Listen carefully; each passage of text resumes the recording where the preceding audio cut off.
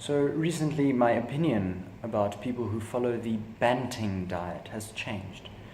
You see, something came to light and that something happened to change my opinion about these people. What it is was that I found out that the diet, the Banting diet as it is popularly known, is actually misspelt, and so people have been referring to it by the wrong name.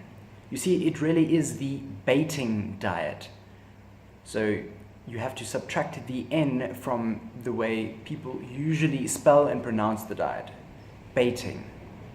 Banting diet. And if you are curious as to what this means or what it stands for masturbating. Banting is short for masturbating. And you see, it really is called the masturbating diet because the people who adopt the diet, the people who adhere to the diet, were masturbating while they could have been perusing the body of evidence that is the scientific literature in terms of nutrition, epidemiology, and the way the diet that you consume not only changes the expression of your genes, but will dramatically impact your risk for several diseases. Diseases that are the biggest killers in our world. Heart disease, cancer, diabetes, hypertension. These diseases are all strongly linked to the consumption of animal protein, saturated fat, cholesterol. Strongly linked. And yet, people who adhere to the Banting diet overlook this, ignore it, and claim as though these are falsities, fallacies.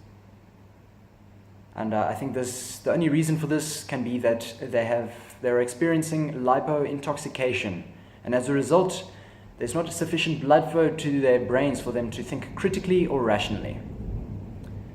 And the biggest masturbator of them all, Timothy Noakes, is notwithstanding all this evidence, is gravitating and grasping onto that Time magazine headline, "Butter is back."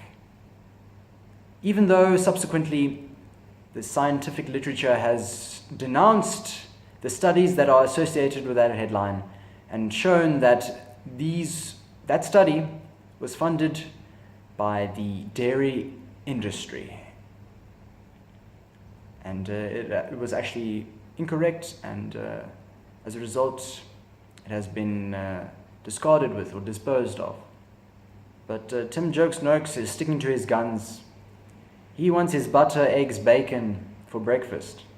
And he's sending everyone else down the same wormhole, the same tunnel, to a saturated fat, ischemic heart attack, which is waiting on the other end of the tunnel. My advice to Timothy Noakes would be to really have a good, thorough look at the scientific literature in terms of nutrition, epidemiology, and the impacts of one's diet on the expression of one's genes and one's risk or risks for developing certain diseases of affluence.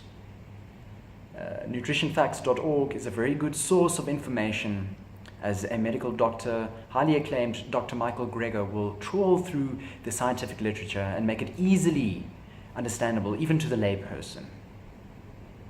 Perhaps this is a good starting point for Timothy Noakes.